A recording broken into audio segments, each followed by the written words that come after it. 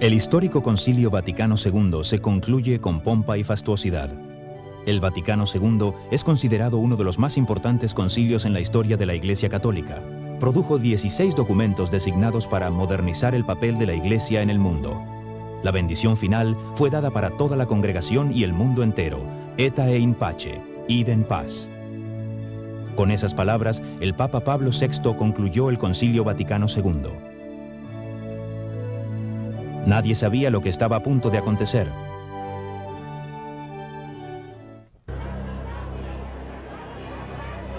Las décadas después del Vaticano II han sido turbulentas.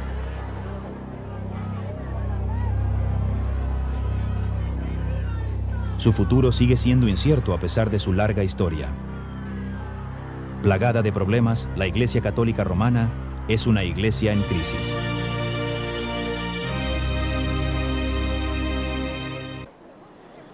Se han planteado diferentes causas de la crisis, pero ¿no será que el problema real está entretejido en las mismas doctrinas de la Iglesia Católica Romana? Mi nombre es José Borrás, soy ex religioso de las escuelas pías en la ciudad de Albacete. Conocedor de que unos protestantes estaban distribuyendo propaganda en mi parroquia, decidí refutar sus doctrinas con el estudio del Nuevo Testamento. Un año después, yo dejé la Iglesia Católica para seguir al Señor, como Él enseña en el Nuevo Testamento. Me llamo Rocío Pestaña Segovia. Nací en Madrid, España. Durante 9 años viví como monja en el Monasterio del Sagrado Corazón de Jesús de Religiosas Clarisas de Cantalapiedra, Salamanca. Recuerdo que teníamos en el centro del convento, en el claustro, un pozo en el cual me gustaba sentar, orar, hablar con el Señor y pedirle que me diera de esa agua espiritual de la cual Él habló a la mujer samaritana y le decía, dame de beber, dame de beber. Yo trataba de buscar ese agua por mí misma, por medio de prácticas religiosas, el cumplimiento de los sacramentos, de todas las ordenanzas de la Iglesia Católica y del convento, pero no me sentía satisfecha. No llenaba mi sed. Finalmente tuve que salir del convento y después de 7 años encontré la salvación y el perdón de mis pecados en Cristo Jesús, fuente de aguas vivas. Yo soy Miguel Carvajal Díaz. Yo estudié en este convento por varios años para prepararme para ser sacerdote franciscano. Tenía grandes inquietudes, una necesidad muy grande de buscar a Dios, de tener una respuesta sobre los dogmas, pero no la encontraba. Pero gracias a Dios que había alguien que me hablara del Evangelio y yo finalmente le recibí al Señor Jesucristo como mi Salvador personal. Salí de aquí y ahora estoy predicando el Evangelio del Señor Jesucristo. Mi nombre es María del Pilar Solís Díaz. Este fue mi hogar por muchos años, en especial 19 años que pertenecía a la Congregación de Hijas de María Inmaculada de Guadalupe. Entré a la vida religiosa queriendo conocer y servir al Señor de tiempo completo. El año en que hice mis votos perpetuos empecé a estar enferma de ataques epilépticos. Recurrí a muchos médicos y también hice oración a los santos y a la Virgen de Guadalupe, pero sin ningún resultado. No recibí la salud. Salí de la vida religiosa, enferma, y un amigo mío me recomendó ir a una comunidad cristiana. Allí escuché por primera vez que solo en Jesucristo tenemos la salvación, que solo en Él tenemos la sanidad. Estos y miles más como ellos han vuelto a examinar su fe católica romana, los mandamientos, el papel de María, la misa y aún el mismo camino para ir al cielo. ¿Cómo se comparan las doctrinas de la Iglesia Católica Romana con las de la Sagrada Escritura?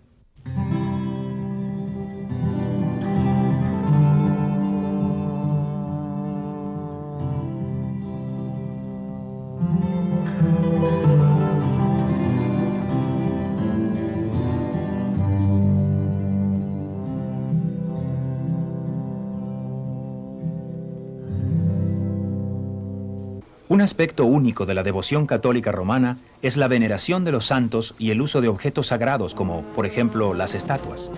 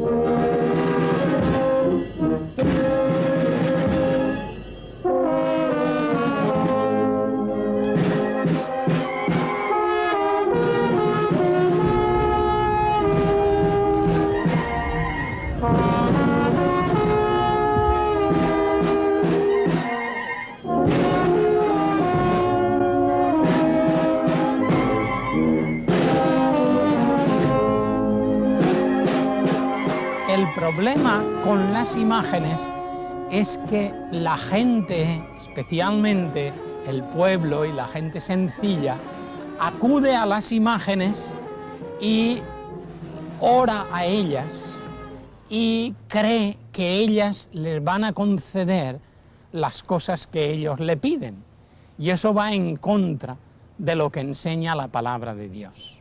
Éxodo 20, 3 y 4 en la Biblia católica dicen: No tendrás otro Dios que a mí. No te harás esculturas ni imagen alguna de lo que hay en lo alto de los cielos, ni de lo que hay abajo sobre la tierra, ni de lo que hay en las aguas debajo de la tierra. La Iglesia Católica tiene su propia lógica acerca de ese mandamiento, y así ella se permite el lujo de esconder ese segundo mandamiento: no te harás imagen, como una coletilla al final del primero, en vez de ponerlo en su lugar como el segundo mandamiento. Empiezan a amar a Dios sobre todas las cosas, el primer mandamiento. El segundo, no tomarás el nombre de Dios en vano.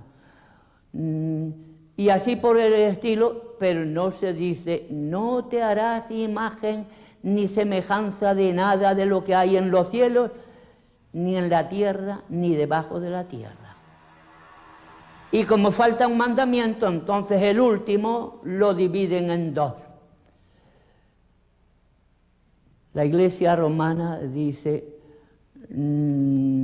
no desearás la mujer de tu prójimo, el noveno. El décimo, no codiciarás nada que sea de tu prójimo. Y todo eso está en la palabra de Dios en el décimo. Miguel Ángel Tiscar fue ordenado sacerdote en la Catedral de Toledo, España. ¿Y por qué han omitido el segundo mandamiento? Y a través de peregrinaciones y de santuarios y de vírgenes y de santos y de imágenes, tratan de camuflar la cosa del dinero. Pero al fin y al cabo es dinero, dinero y dinero. Y repito, es la palabra de Dios la que dice, el amor al dinero es la causa de todos los males. Aunque está claro lo que dice la Escritura, siguen las tradiciones de la Iglesia.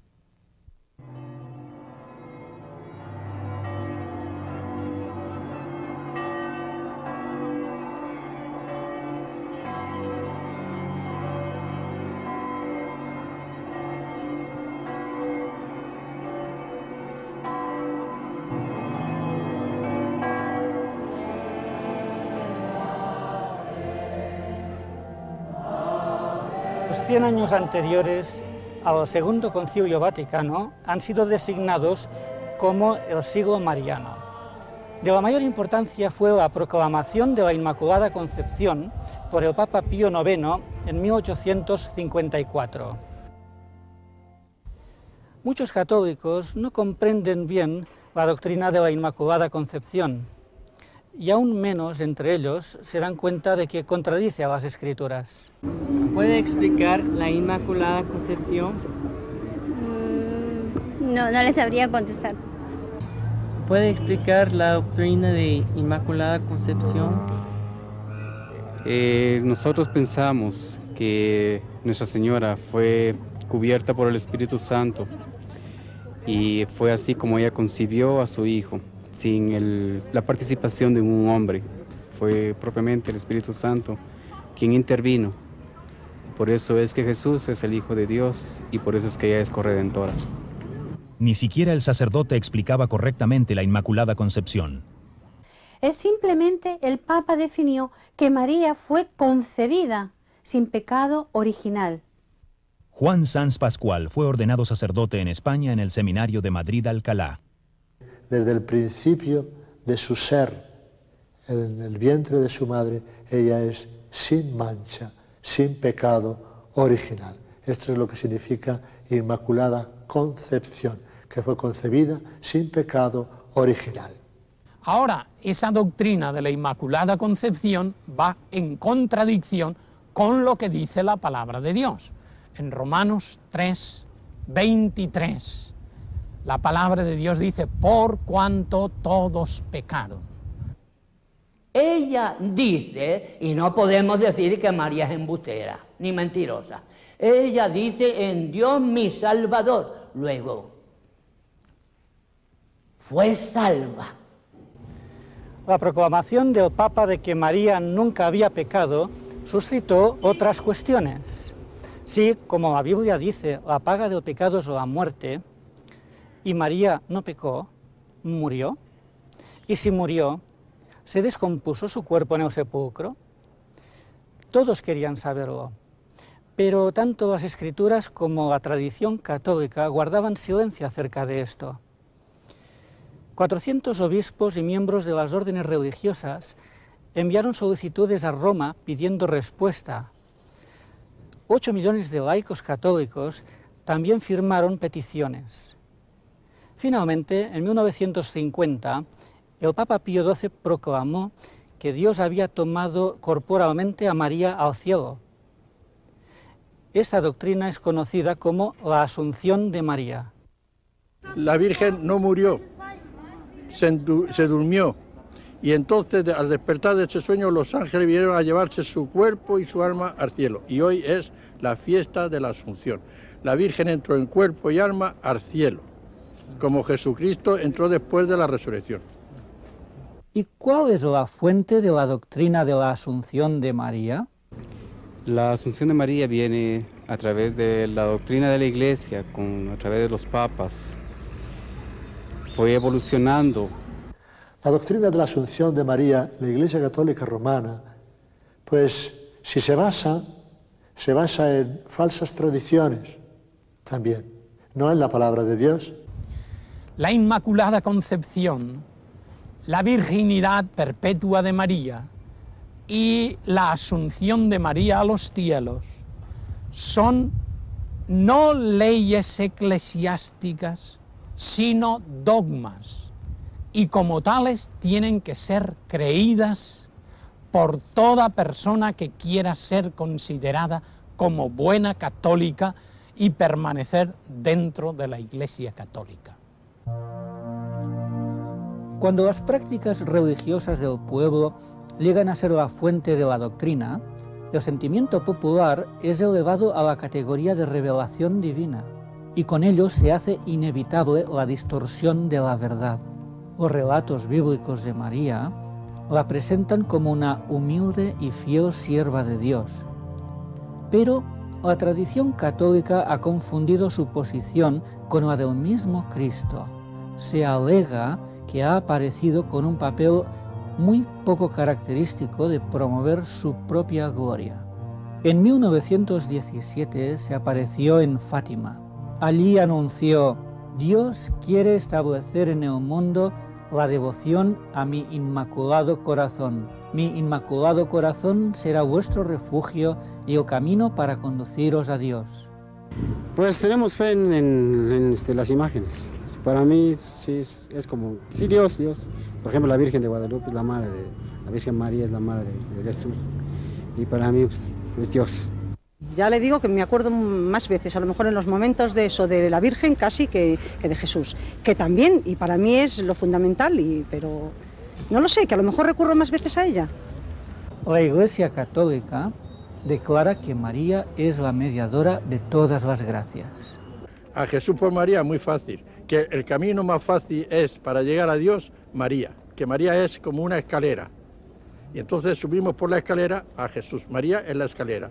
La teología católica, apoyada en estas consideraciones, es como le llama a la Virgen la omnipotencia intercedente, es decir, ella es la que obtiene todo lo que pide. Porque la Virgen es una intercesora nuestra. Como usted que puede tener sus palancas para ver a una persona superior a usted, puede tener un amigo muy amigo de esa persona y es su palanca para ir a esa persona, así nosotros, intercede ella por nosotros. La ve con sus manitas juntas, es porque siempre está en actitud de oración y ora por nosotros. Ella intercede por nosotros, es nuestra intercesora. Que es un disparate verdadero. El Señor no necesita palanca de nadie, absolutamente. No tiene que moverse, basta con decir, hágase y las cosas son hechas. Repito, el apóstol Pablo dice que solo hay un mediador, Cristo. Si Cristo es el mediador, bueno, pues no hay más mediadores que Él. Y como Él es el omnipotente y en todas partes está como Dios, Dios nos oye y vamos a Él con la confianza de que va al Todopoderoso. Ese es el gran error del marianismo o de la doctrina de María, que se pone a María, la Madre de Jesús, en el mismo lugar que a Jesucristo. El papel que Nuestra Señora juega en la Iglesia Católica, en todo el mundo, no solo en Guatemala, es de corredentora. Es decir, ella junto con Jesús ayudó a la salvación de la humanidad. Ese es el sentimiento que existe aquí en Guatemala y en el mundo, en el catolicismo. La ponen como corredentora. Corredentora. O sea que la están poniendo a María junto o en el mismo lugar que Jesucristo, ganando para nosotros esa salvación. Ese es el gran error. María es un modelo para las personas en cuanto a su obediencia y su humildad, pero nada más. La Iglesia Católica ha puesto a María en el lugar en que otras religiones antiguas ponían a sus diosas.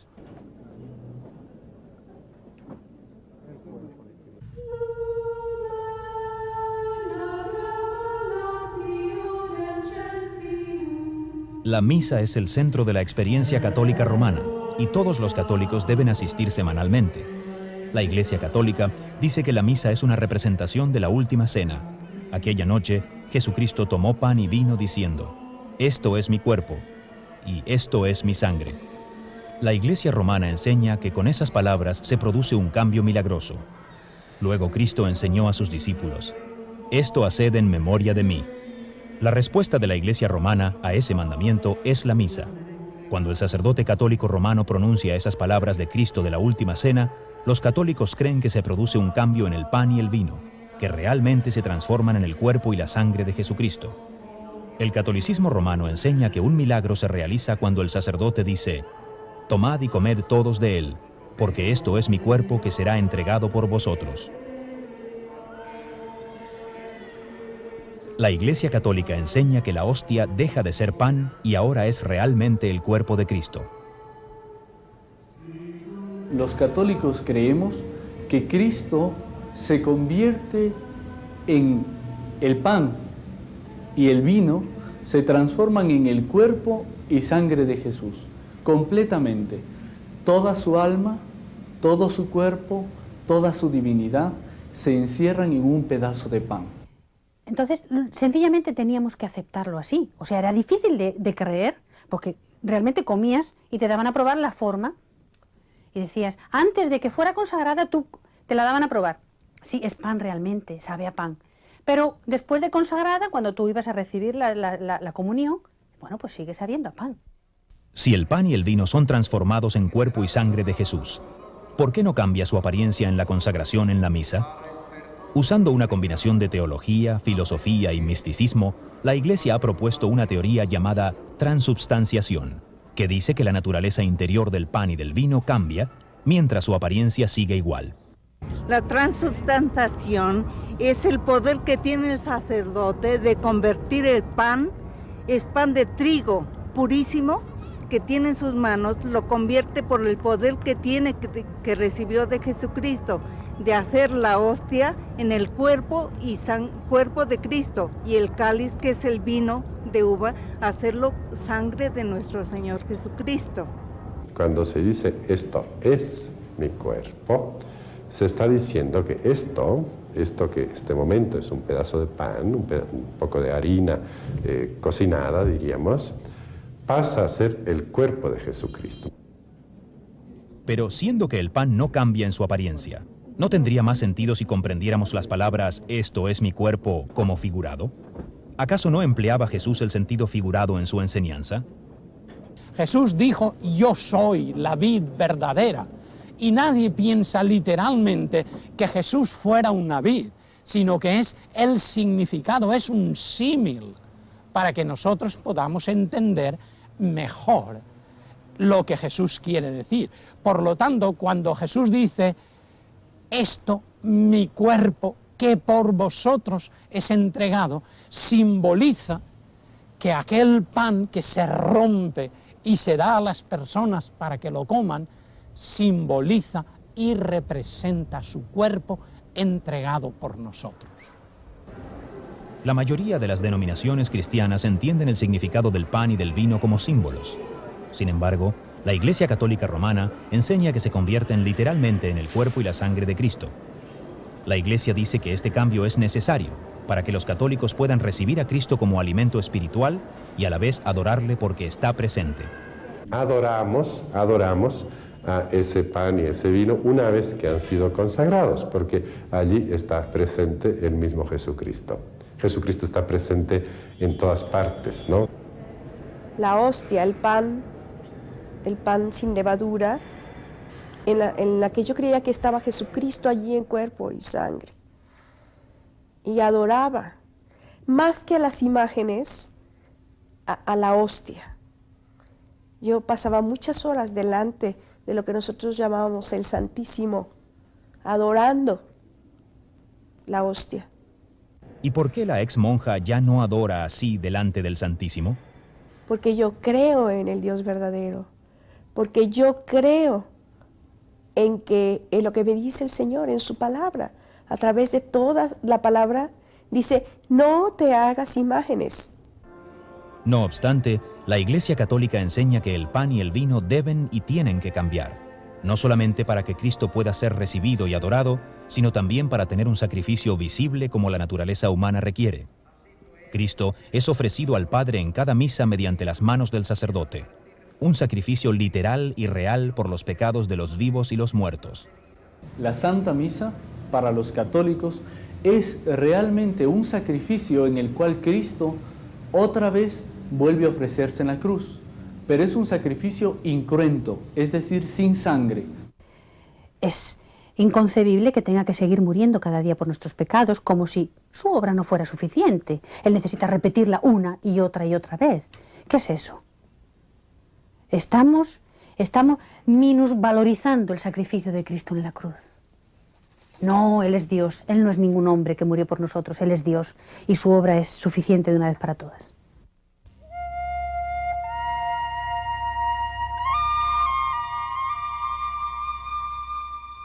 Según la Iglesia Católica, Dios creó a Adán y Eva con vida divina en sus almas, llamada gracia. Esta gracia se perdió cuando desobedecieron a Dios en el huerto del Edén y las puertas del cielo quedaron cerradas. Cristo restauró esta gracia al morir en la cruz. Otra vez se abrieron de par en par las puertas del cielo. Cristo había hecho su parte y ahora el hombre había de cooperar haciendo la suya. ¿Cuál es la parte del hombre? De la mayor importancia entre sus muchas responsabilidades para alcanzar la salvación, tenemos los 7 sacramentos. Cada sacramento provee una bendición distinta. El bautismo es el primer sacramento que se recibe. Limpia todos los pecados, da el nuevo nacimiento introduciendo en la vida de la gracia y hace del niño un miembro de la Iglesia Católica Romana. La confirmación da una fuerza especial del Espíritu Santo para evitar la tentación y para defender la fe católica. El sacramento del matrimonio provee ayuda a la pareja para la vida de casados. El católico permanece en la vida de la gracia a no ser que cometa un pecado mortal, como inmoralidad, embriaguez o dejar de asistir a la misa cada domingo. Estos pecados mortales son punibles por la separación eterna de Dios. En el sacramento de la penitencia, el sacerdote concede la absolución pronunciando esta fórmula. Te conceda el perdón y la paz por el ministerio de la Iglesia, y yo te absuelvo de tus pecados en el nombre del Padre, y del Hijo, y del Espíritu Santo. Amén. Por el sacramento del orden, el sacerdote recibe el poder para absolver los pecados y celebrar la misa. Los últimos sacramentos preparan el alma para el paso a la muerte. La familia llama al sacerdote para que administre la confesión, la extremaunción y la Santa Comunión. La condición del alma en el momento de la muerte determinará el destino eterno del católico.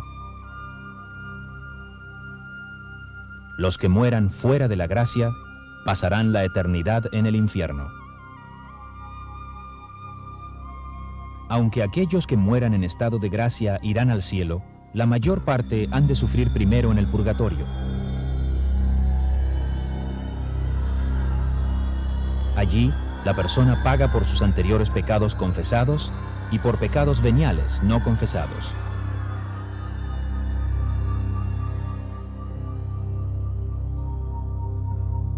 Un lugar, quizá un lugar feo, horrible, en donde te hace arrepentirte de todo lo que has cometido aquí en la tierra.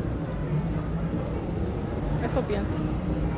Ay, pues no lo sé, supongo que será un momento transitorio, ¿no? Como para terminar de ganárselo, ¿no? Es como aquí, cuando las cosas te dan medianamente mal, que dices, madre mía, ¿cuándo veré el respiro? Pues eso será así, digo yo.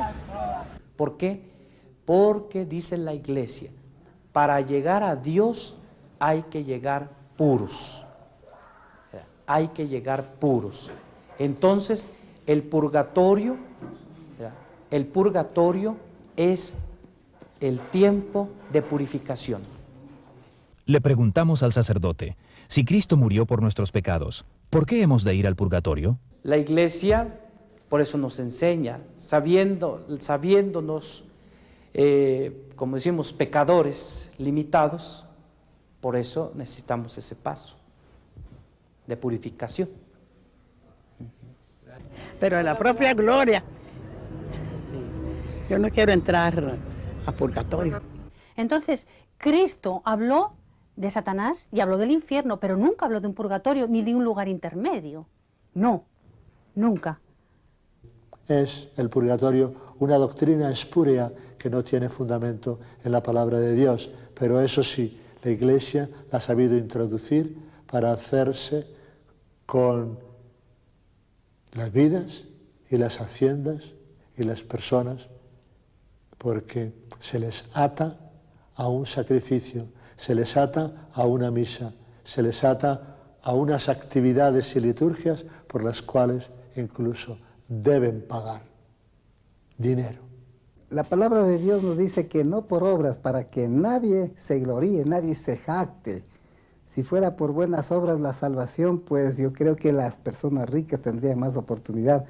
Pero realmente lo que nosotros necesitamos es recibir, aceptarle a Jesucristo como Salvador personal. Es su sangre la que nos ha comprado como el precio infinito para nuestra salvación, para nuestra vida eterna. Pero, ¿a los católicos les ha sido enseñada esta verdad? Preguntamos a los católicos romanos en todo el mundo hispano, ¿qué tiene que hacer uno para salvarse? ¿Qué necesita para ir al cielo? ¿Puede hacer una lista de cosas? Bueno, no una lista no, porque pues sería tardado, pero haciendo actos para mis semejantes sí lo podría hacer. Para ir al cielo pues se necesita amar al prójimo, principalmente, ¿verdad? Me imagino que portarme bien, ¿no? Necesito hacer oraciones, hacer buenas acciones, acercarme a Dios, ayudar al prójimo, perdonar a los que me tratan mal. En los sacramentos son necesarios para ir al cielo, porque cada vez que yo me acerco a los sacramentos, recibo el sí de Dios. Yo espero ir al cielo si es que yo hago obras buenas y si yo cumplo lo que Jesús me ha pedido. Porque estoy cumpliendo la ley de Dios y haciendo que la cumplan los demás. No pecar, no matar, no robar. Yo pienso que la persona buena pues hay que ser aquí en la tierra y ayudar al prójimo que nos ayuda. Guillermo J. Cogan, sacerdote católico, nos provee de un buen resumen del camino católico para ir al cielo, en su libro Catecismo para Adultos. Pregunta, ¿qué es necesario para salvarse? La respuesta que ese catecismo da apunta 8 requisitos. La fe, el bautismo, amando a Dios y a tus semejantes, obedeciendo sus mandamientos, recibiendo los otros sacramentos, especialmente la Santa Comunión, orando y haciendo buenas obras, preservando la amistad con Dios hasta la muerte.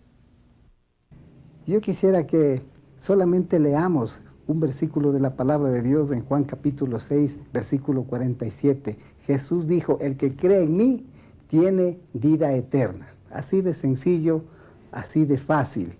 Parece fácil, pero sin embargo es lo más difícil porque tenemos que renunciar a todos estos conceptos humanos y religiosos para poner exclusivamente nuestra fe en Jesús.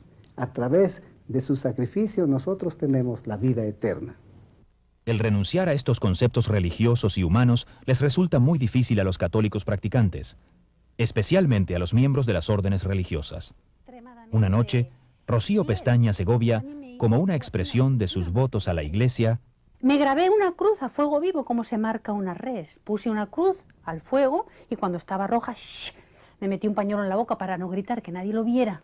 El Evangelio católico. La doctrina católica es un evangelio a base de obras.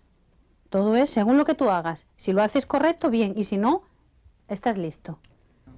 Si la salvación es por obras, ¿cuántas obras tenemos que hacer?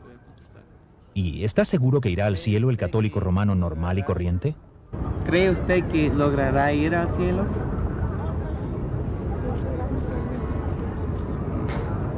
No, pues no sé. Eso ya es cosa que decide Dios. ¿Usted? Yo creo que pues nadie sabe, ¿no? Todos esperamos a lo que nos toque y ya, hasta ahí. No sé. Ayudo lo que puedo y bueno, pues si está para llevarme al cielo, pues bien, y si no, como no sé si lo veré, pues no lo sé, hijo. No le puedo decir si lograré entrar, pero por lo menos estoy haciendo los esfuerzos más grandes, ¿no? Uy, yo qué sé. Creo que es difícil, ¿eh? Y más hoy día. No lo sé. Yo no me considero tan buena como para merecérmelo así, no sé. Si luego lo consigo, no lo sé, pero no me lo creo. Claro que sí, vamos. ¿Para qué me sirve a mí 47 años de sacerdote? Bueno, ir al cielo. Yo creo que ir al cielo sería que yo fuera perfecta. Y eso es imposible.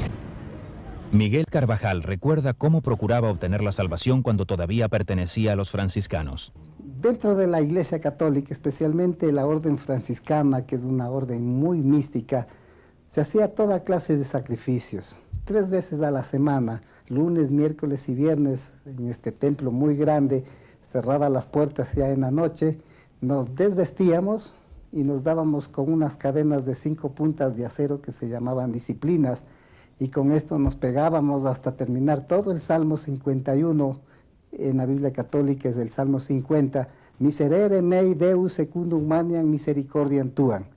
La carga del pecado, esa ha sido puesta sobre los hombros, sobre la cruz de Cristo, y Cristo satisfizo ya de una vez por todas por todos nuestros pecados. Tanto la culpa como la pena fueron satisfechas una vez por todas por Cristo nuestro Salvador. Las doctrinas no salvan a nadie. Quien salva es el Salvador. Y el Salvador lo ha hecho todo tan sencillo. El que viene a mí yo no lo echo fuera, dice. Pues vamos al Señor. El que cree en mí ya ha pasado de muerte a vida, pues vamos a creer en Él. Efesios 2, del 8 al 9, dice lo mismo, porque por gracia sois salvos, por medio de la fe, y esto no de vosotros, pues es don de Dios, no por obras para que nadie se gloríe. Luego, si es por fe y si es por don de Dios, no es por obras.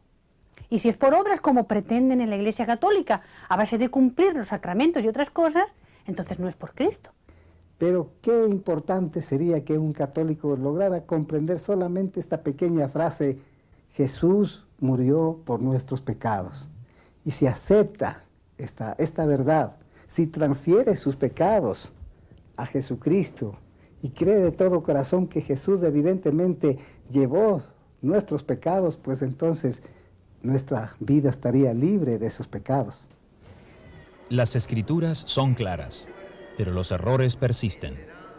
El sacrificio de la misa continúa celebrándose, a pesar de las últimas palabras de Cristo en la cruz: consumado es.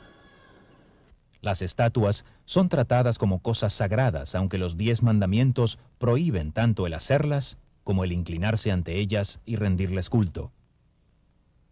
María es proclamada como mediadora de toda gracia, a pesar de que el Nuevo Testamento enseña que solamente hay un mediador entre Dios y los hombres, Jesucristo hombre. Y al pueblo se le enseña que tiene que hacer obras para salvarse, aunque las Escrituras dicen claramente que la salvación es por la gracia, por la fe, y eso no de vosotros, es don de Dios.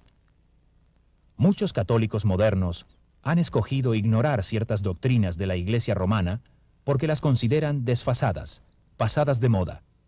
Un error bastante común que existe hoy es la idea de que el Vaticano II cambió muchos de esos dogmas.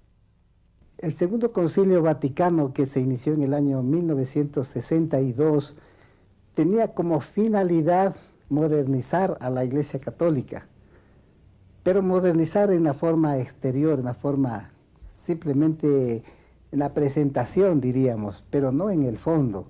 Varias veces la Iglesia Católica ha hecho hincapié, ¿no? Y Ecclesia semper idem. La Iglesia siempre es la misma, siempre es igual y no puede cambiar.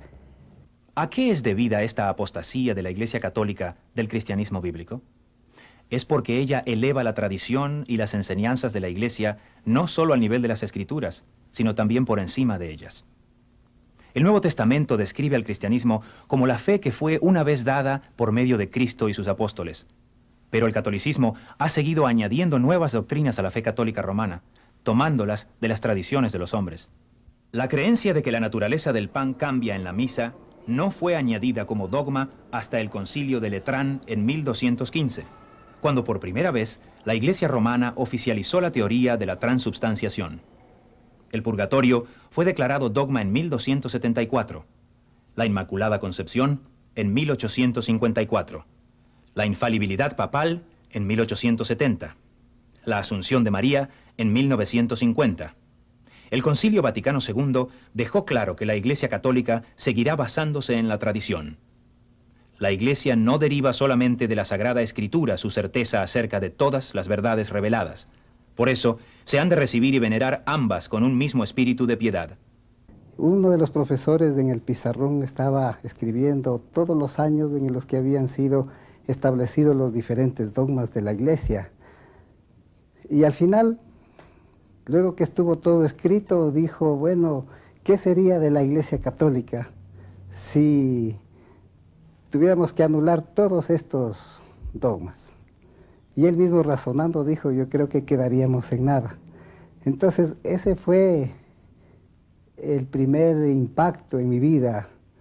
Y de ahí comenzaron grandes preguntas, como por ejemplo, ¿por qué Jesucristo no habrá predicado el Evangelio completo y dejó la tarea a la Iglesia para que establezca dogmas y nuevas doctrinas? Es el error de poner la Iglesia sobre Cristo, el poner la Iglesia sobre la Escritura.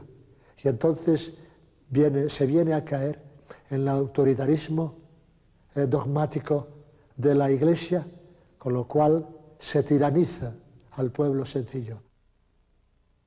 Ese conflicto entre la Escritura y la tradición estaba en el centro de la Reforma durante la Edad Media.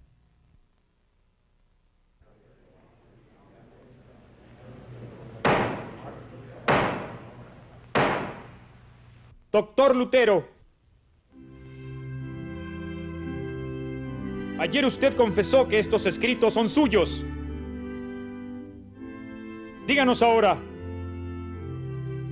si usted persiste en lo que ha escrito aquí, o si está preparado para retractarse de esos escritos y las creencias en ellos contenidas. Pido perdón si soy aliado falto en cuanto a los modales que convienen en estas cortes. Pero ustedes me piden que me retraiga de estos escritos. ¿Críticos protestantes? No exactamente. Los líderes de la Reforma eran todos sacerdotes y teólogos católicos. El teólogo católico John Wycliffe fue uno de los primeros. Sus problemas comenzaron cuando empezó a enseñar que la Biblia es la única fuente de verdad. Roma lo silenció, y 44 años después de su muerte, exhumaron y quemaron sus huesos por su apartamiento de la autoridad de Roma. En 1415, el sacerdote y teólogo católico de la Universidad de Praga, John Huss, fue quemado en la pira. ¿Cuál fue su crimen? También había hecho de las Sagradas Escrituras su única regla en cuestiones de fe. Después de 16 años como sacerdote, Ulrico Zwinglio rompió con la Iglesia Católica cuando ya no pudo poner la tradición al mismo nivel que las Sagradas Escrituras. Juan Calvino estaba estudiando para el sacerdocio cuando experimentó la conversión espiritual. Dejó la Iglesia poco después. Martín Lutero era sacerdote y profesor de teología en la Universidad Católica de Wittenberg. Objetó a que los representantes del Papa vendiesen perdones para evitar el purgatorio, a fin de financiar la construcción de la Basílica de San Pedro. Lutero redactó una lista de 95 razones por las que esto era un error, y la clavó en la puerta de la iglesia en Wittenberg. Los escritos de Lutero ayudaron a formar los 3 principios rectores del llamamiento a la Reforma del siglo XVI. La Biblia es la única fuente de verdad para la salvación. El hombre es salvado por Dios mediante la sola fe. Cada creyente tiene acceso directo a Dios solo por medio de Jesucristo. Cuando le ordenaron que se retractase, Lutero respondió: «Mi conciencia es cautiva de la palabra de Dios». Escapó vivo por muy poco. Estos hombres fueron todos católicos leales, cuyos intentos de reformar su iglesia y devolverla al cristianismo bíblico se vieron enfrentados a una vigorosa oposición de parte de sus superiores. Este es un antiguo problema. Un día, mientras andaba por un trigal en día de sábado, el Señor Jesús tuvo también un choque acerca de la tradición con los líderes judíos de su tiempo. Sus discípulos estaban recogiendo espigas de trigo y comiéndolas. Además, cuando comían su pan, no se lavaban ceremonialmente las manos, según las enseñanzas de los rabís. En el capítulo 7 del Evangelio de Marcos leemos que los fariseos y los escribas preguntaron a Jesús: ¿por qué no andan tus discípulos conforme a la tradición de los ancianos? Jesús no se arredró, reprendió a los líderes judíos por elevar las enseñanzas de los rabís al mismo nivel que la palabra sagrada de Dios. Los acusó de enseñar por doctrinas preceptos de hombres. No podía obedecer la tradición de los ancianos sin desobedecer la palabra de Dios. Prefirió obedecer a Dios antes que a los hombres. En la actualidad, muchos católicos están tomando esta misma decisión. Yo abandoné la Iglesia Católica cuando me di cuenta de que no seguía las enseñanzas que hay en el Nuevo Testamento. Hay una gran carga en mi corazón por todas las personas católicas y especialmente por las religiosas, porque yo sé que mucha gente dentro del catolicismo busca sinceramente al Señor Jesucristo, busca sinceramente adorar al Padre y vivir una vida en el Espíritu, pero no lo logra por la idolatría. Después que yo encontré a Cristo, yo tuve que dejar la Iglesia Católica absolutamente por razones doctrinales. No tenía ninguna otra razón porque les amo, he vivido, he nacido en la Iglesia Católica y todo, pero mi vida y mi conciencia es incompatible con ese tipo de doctrina.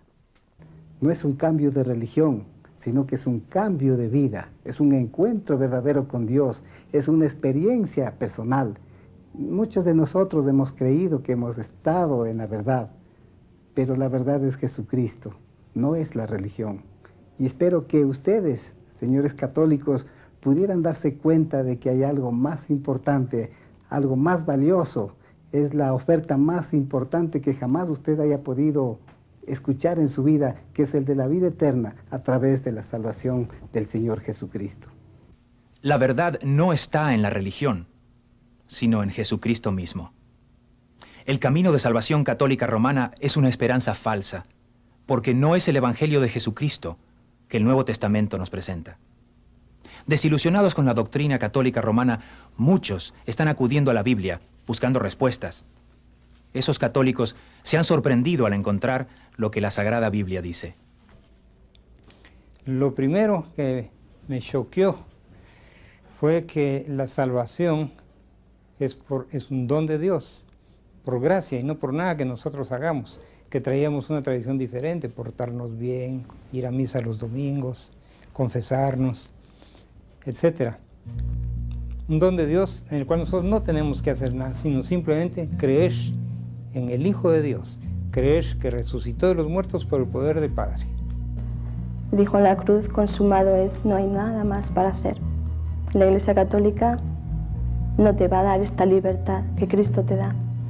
Yo temía a la muerte porque no estaba seguro del cielo. Yo no sabía dónde iría.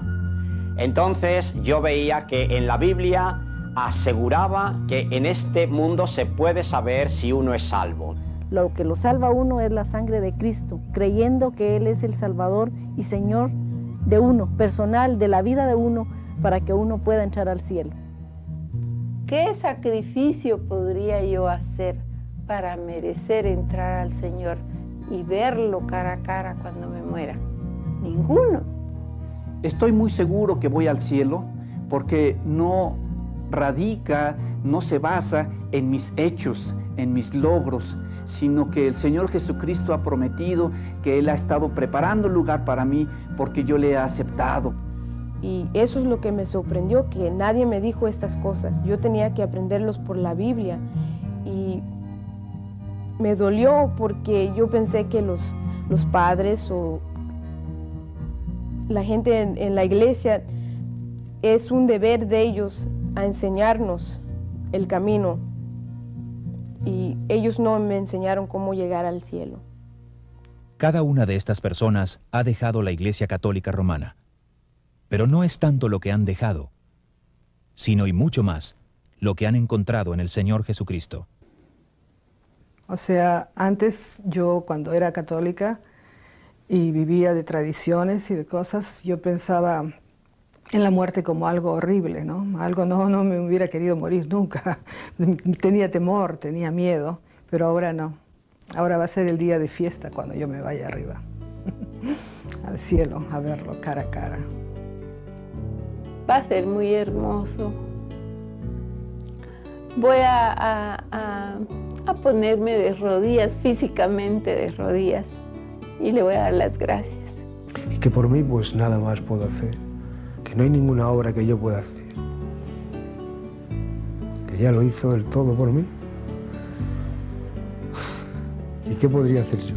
Y yo no merecía tal sacrificio, que Dios mismo viniera a morir por mí. Creo que le adoraré por toda la eternidad.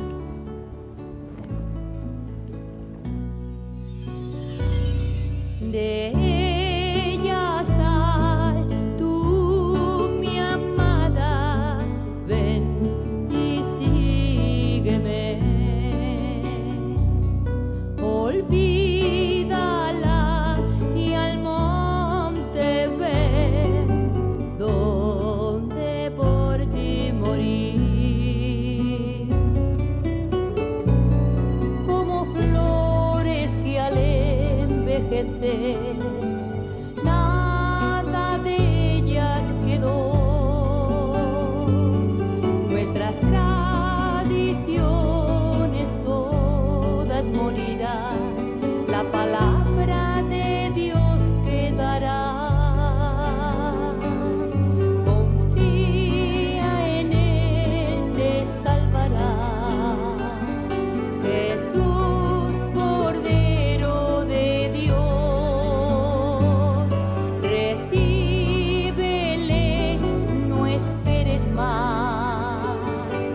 pues Él te quiere aceptar.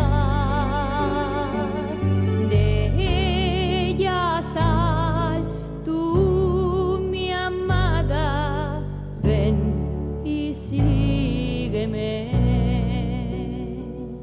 Olvídate